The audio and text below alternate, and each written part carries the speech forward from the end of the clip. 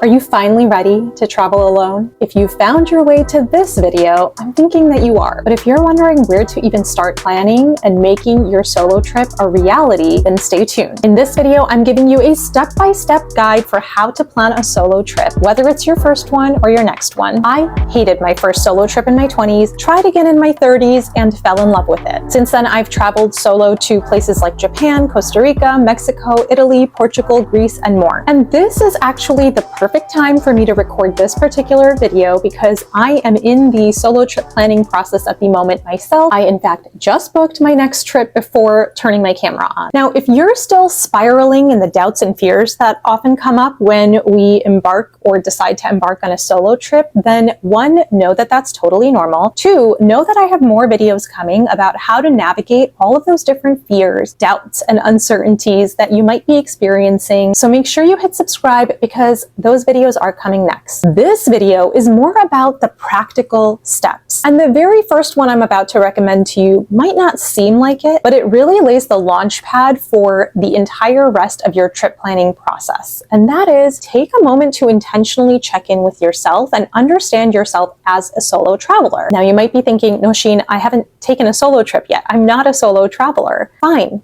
But that doesn't mean that you can't start to check in with yourself about what kind of solo traveler you might be. So often we see these solo travel Instagram reels or TikTok videos, and we see people having an incredible time in a particular destination. It's really easy to think, great, I'm going to take a solo trip just like that person's. I'm going to go to that same destination and I'm going to have the same magical trip. It just doesn't work that way because everyone's experience is different. And the places that resonate with me might not be the places that resonate with you. So how do you first, step one, solo trip is all about you, right? So how do you start there? Ask yourself, do you generally prefer cities or nature? Do you want to go somewhere where you can really be more solitary? You want some time to reconnect with yourself on your solo trip? Or do you want to go somewhere where you're sure that there is a big social scene? Either the culture is super warm or there's a big expat community. Do you want to go somewhere where there are a lot of adventurous things to do every day? Or do you want to go somewhere where you can wander through pretty streets and go shopping? It's really easy to skip this step, but I encourage you to take a moment to step back. What kind of solo trip is going to make you happy, is going to make you feel fulfilled or feel whatever way you are wanting to feel? The next big thing you want to consider early on is, what is your budget? So I have just been going through this myself. You want to ask yourself, how much do you feel comfortable spending? And especially as solo female travelers, what kind of emergency fund are you willing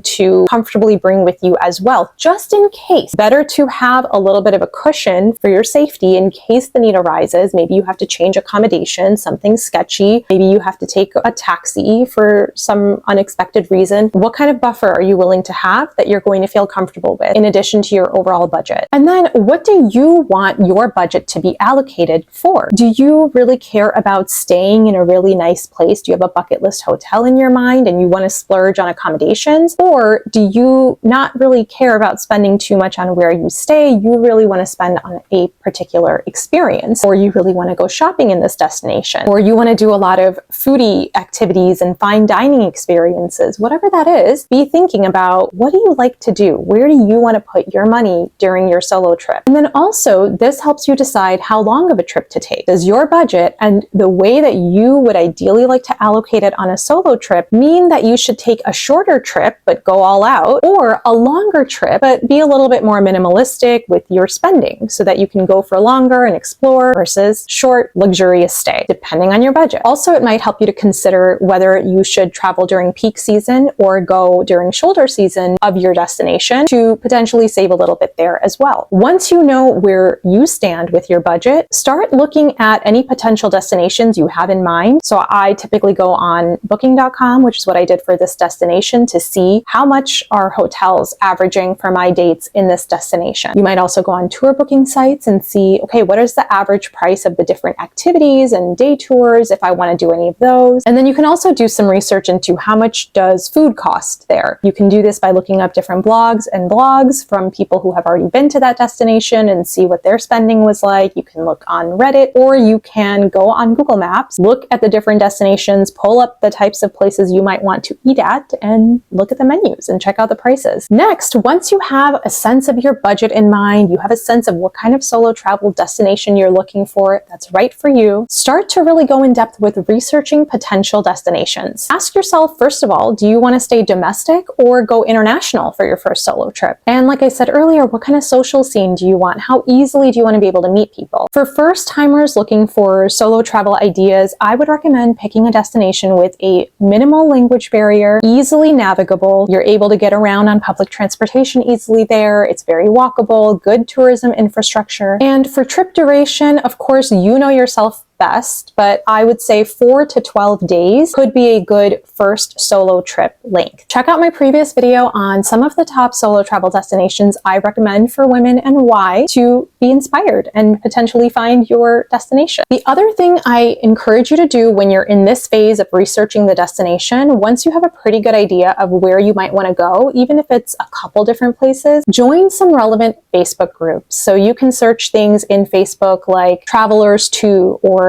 Expats In, and join some of those groups. You'll get a sense of what the day-to-day conversations are around, what are the current goings on in the area, are people making plans to meet up with each other. A lot of times people will ask questions in these groups too, so you can read through the archive or you can ask questions of your own. Often in these groups, I get really good insight for what kind of area, what neighborhood I should be staying in, as well as potential private driver or tour recommendations that are well trusted. Once you know where you want to go, there are some important next steps to take here before you go any further. First of all, if you're going international, check your passport's expiration date. Most times when you're traveling internationally, they require that your passport will be valid for an additional 6 months post your trip. Check that, and if you need to update your passport, then get on that right away. Does your destination have any particular visa requirements? You need to look into that as well. How much time does it take to process? This could be just a few days, but it also could be some weeks, some months. So look into that in advance. And then finally, are there any vaccine or medical requirements? If so, for this destination, you need to get your appointments booked for that as well. And then of course, if you are working a job where you have a boss who you need to get there okay before you can take a trip, as early as you can, put it on their radar, make sure you can get the dates off that you are looking at. Once you've done all that, you're still really just beginning because it's time to book your flight. This is one of the most exciting pieces because it makes it real. And I am currently on the buzz of that from my own flights that I just booked. Now it's real. That trip is happening. The trip that I've just been dreaming about and imagining and wondering, am I really going to do it? Is this the right time? Whatever. I booked it and I'm going now. There's no turning back. Of course, if you want the option to turn back, book flexible flights. But if you want the kick to just make sure you go through with it, don't. If you have credit card points, this is a great opportunity to use them. I love using credit card points to book business class flights, especially when I'm going long haul. So that's what I just did. And I have a previous video about exactly how I do this using transfer partners. I'm not an expert, but I've now done it a few times and flown business class a few times because I figured out how to do this to whatever extent I did.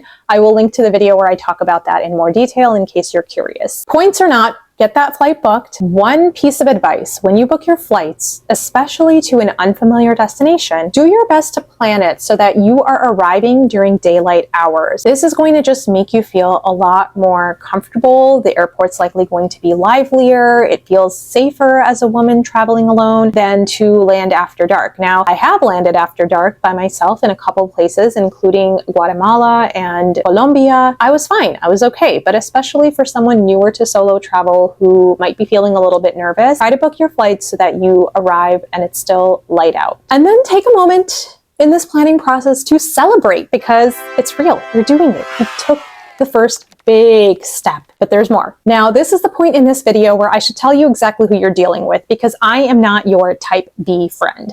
And especially if you are planning your first solo trip, you're feeling at all nervous about it, I am going to encourage you to do as much of the planning in advance as you can, while still leaving room for spontaneity. That's part of the magic of solo travel. But the big things, yeah, I'm going to suggest that you plan those out in advance. And maybe it's just because that's the way that I like to travel. I really go through the work. I really put in the effort when I've booked a flight to get as many of the details figured out before I'm actually on my trip. And I am always grateful to the past version of myself once I'm on a trip, and the thinking that I have to do about that is minimal during a time where I already have a lot of decisions to make. I don't know, landing in a new place and then trying to find accommodations while I'm there and trying to decide how long I want to stay there. There's some magic to that, and I've experienced some of that, but I like to really have as much of a plan as I can, and maybe you will too. So for example, the next big step for you after you've booked that big round trip flight, now I'm assuming we're talking international here, okay? So once you've done that, are you also planning to visit different cities or different countries on the continent that you're going to? For me, I just booked my round trip flight to this destination. I'm going for about a month, and I for sure will be going to different cities. So my big next step is this. I need to decide how many days I'm spending in different places, where I'm going to be, and book some of my trains or flights between those destinations. I like to do this in tandem with booking accommodations, because you want to make sure that if I get a train and it's only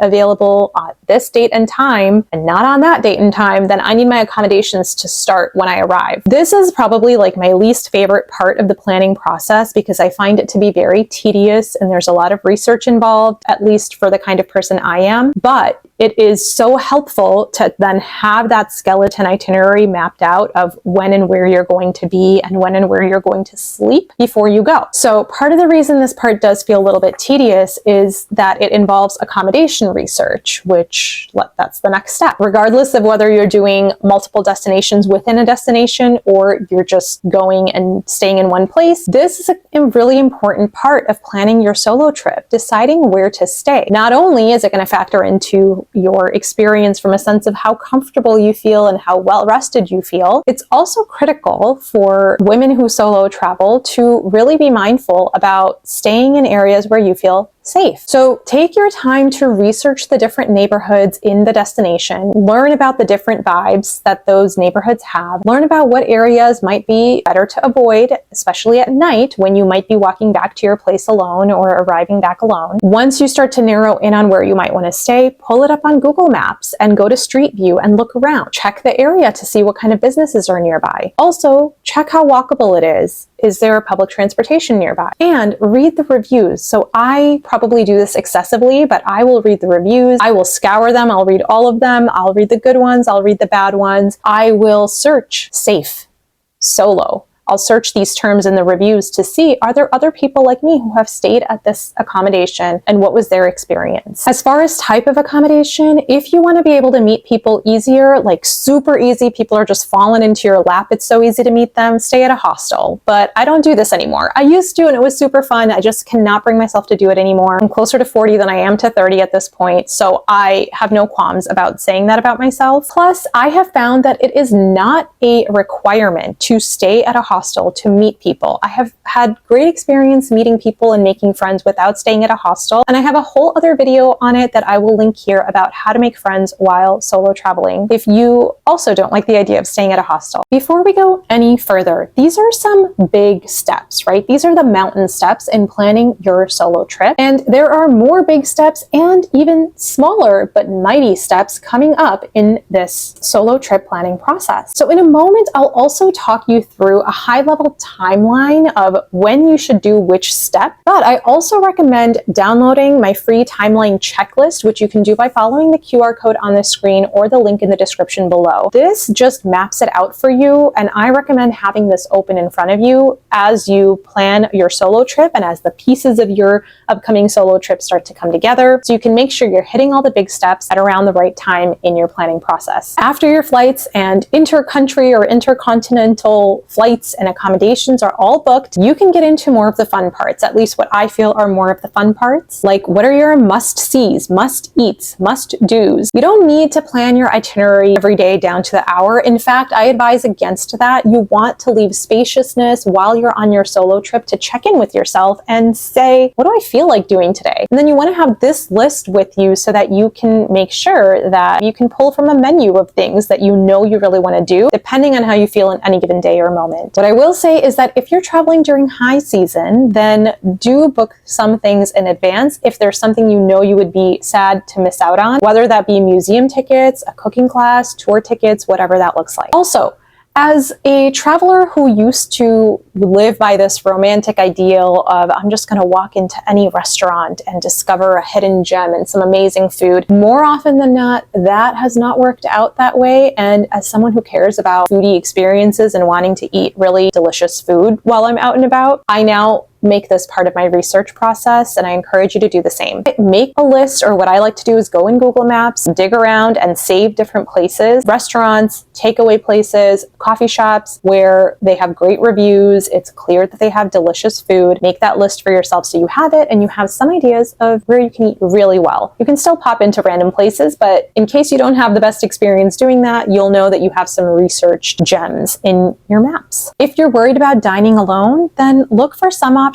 where you have communal kitchens, or like food markets, or like Time Out Market, for example. There's one in Lisbon, there's one here in Chicago. That can kind of ease the pressure a little bit. Also look for places with open kitchen concept where you could maybe sit around and watch the chefs in the kitchen at work while you eat, so you have something to look at. When you pop into a restaurant, you could try to request a seat in the corner or near a window. So again, you can look out at the room or out of the window. But what I always like to remind people here is that you're on a solo trip. Nobody knows you. Nobody knows that you don't do this all the time. Nobody knows that you are not a master solo diner. Play around with it a little bit. Play around with that identity and that freedom, and fake it till you make it. Oh, and one last thing, do a little bit of research on what dishes, what food this destination is known for, so that you can try the local eats. Now, as your trip approaches, one key step that I want you to make sure you do is to plan out how you're going to get from your arrival airport to your accommodation. When you land, especially when you're in a completely unfamiliar environment, it can feel very overwhelming. You might be tired depending on how long your flight is. The last thing you want to do is be scrambling to figure out, okay, now how do I go to my hotel? Even if you know, okay, I'm going to land and I'm going to go to a taxi stand, where the taxi stand is in some airports can be really confusing. And so just doing a little bit of research on this online, I'm sure some blogger has covered it in really helpful detail, so that when you land, you know how to navigate. You know what the best option is too. And you know, okay, if I want to do rideshare, I got to go here. If I want to take public transportation, I got to go here. I got to follow these signs. It's just so helpful to have that context and those options in your mind, because you will have options. If you are looking for the most comfortable, the most convenient option, then you'll want to go with a taxi, a rideshare, or even a pre-booked private transfer. This will also be the most expensive option, but it could be a really good one for you. The other option might be a shuttle or a bus or a train. These can be really efficient, but of course they require a little bit of additional planning, right? Like what stop do I get off at? And then how do I go from that stop to my hotel? It will really help you get immersed as soon as you hit the ground running to opt for public transportation, and it's going to be more affordable. Also, it depends on how much luggage you have. I do not recommend taking public transportation with a bunch of luggage. I don't recommend a bunch of luggage as a solo traveler. Anyway, one thing I want to recommend here is, this is why I love now having switched to using an eSIM, because as soon as you land, you can activate your eSIM and be connected. So you can pull up access to the internet without any issues. I am going to put a discount code and QR code on the screen to the one that I use. And I've also done a previous video that I will link here as well in case you want to check it out and learn a little bit more about it. This is the one that I recommend to my friends and family as well. And it's just now part of my travel routine to install this before I take any international trip. Another key step that you can't miss is that when you're packing, there are a couple things that you want to prepare for. You might need adapters for the outlets if you're traveling somewhere internationally that doesn't have the same outlets as your home country. Cash, are you going to have an ATM or debit card, or are you going to take cash out in advance, or both? A portable charger, I think, is a must, and an anti-theft crossbody bag, and any medicine that you know that you need. Of course, if you are on any prescriptions, please don't forget those, but also things like Pepto-Bismol and Dramamine. Two things I don't ever travel without. I don't care where I'm going. And then maybe laundry sheets or laundry detergent packets if you're going on a long trip. Travel insurance, I'll put the one that I use in the description below, or a QR code here on the screen. There are a lot of things that you're going to want to remember and not forget. So I have a full list of like 50 things, 50 travel essentials for international trips on my blog, and I will put the QR code here on the screen or the link in the description below so you can check that out. Finally, now that we've covered all all of the big steps, let's break down the timeline of when you should do what. So a reminder here again to download my timeline checklist that's there for you. I usually plan my trips a month or two out. Actually, this one that I'm about to take, it's 3 weeks that I've given myself, and I don't necessarily recommend it. I'm a little bit stressed, but also excited. I also know a lot of people like to plan their big travel like 6 to 9 months out. So for the purposes of this timeline, I'm gonna say we're starting 3 to 4 months in advance, and you can just adjust that based on what you need. So 3 to 4 months out, let's say this is as soon as you think that you might be going on a trip, this is when you want to check your passport, make sure it's not going to expire anytime soon, check the visa requirements and any medical requirements for the potential destination that you're thinking about. And then start to check your travel dates too. Can you get that time off work? What is the weather in your desired destination during that time of year? Do those things line up, or are you going during monsoon season? In that case, you might need to reevaluate. 2 to 3 months out from your trip, you can research and get your flights booked. This is also when you want to rough outline your overall trip itinerary. What cities or countries do you want to visit as part of this bigger trip if you're doing a trip at that scale? And in what order does it make sense? Like, start to sketch it out. 1 to 2 months out from your trip, you want to get your accommodations booked and get any of the trains or flights that you need to get from city to city or country to country if you're doing that. 3 to 4 weeks out, book any of those must-do activities or museum tickets or tours that you for sure want to do, and you would be sad if you couldn't because you booked too late. So get that out of the way. Make any reservations if there's a place that you really want to eat. In fact, if there's a place that you really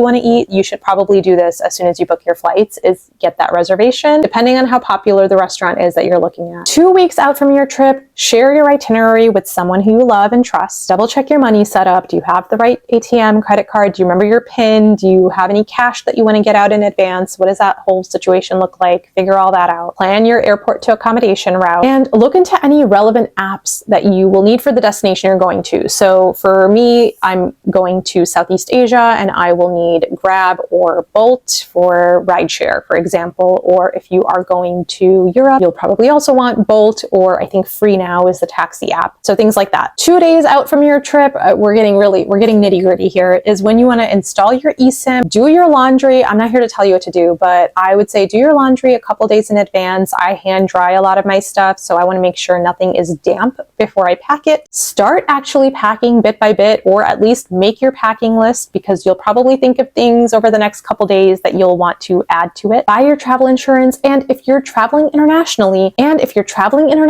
start to look up any key phrases in the local language. It's always nice and respectful and also helpful for you to be able to speak some of the key phrases in the local language of whatever destination you're visiting. The night before your trip, make sure all of your devices are charged. Make sure that you have any of your in-flight entertainment that you want downloaded onto your devices, and lay out your airport outfit the night before. I recommend layers, maybe something with pockets. And then the morning of your trip, this is going to sound a little woo-woo, but I really highly recommend it, especially if you're a nervous traveler, is to visualize your travel day going so smoothly. So I like to imagine myself going to the airport. There's no traffic on the roads. I get there with plenty of time, but I don't even really need it because TSA is so smooth. Then I get through and I kill some time at the airport, and it's fine. I get on my flight and there's no one next to me, or the people seated next to me are lovely. I have an amazing trip. I'm able to get some rest. I'm able to get some work done. I'm able to watch some shows. And when I land, I'm so grateful to the version of myself who pre-planned my route to my hotel, because it was seamless. And when I arrived at my accommodations, they were so welcoming and so kind,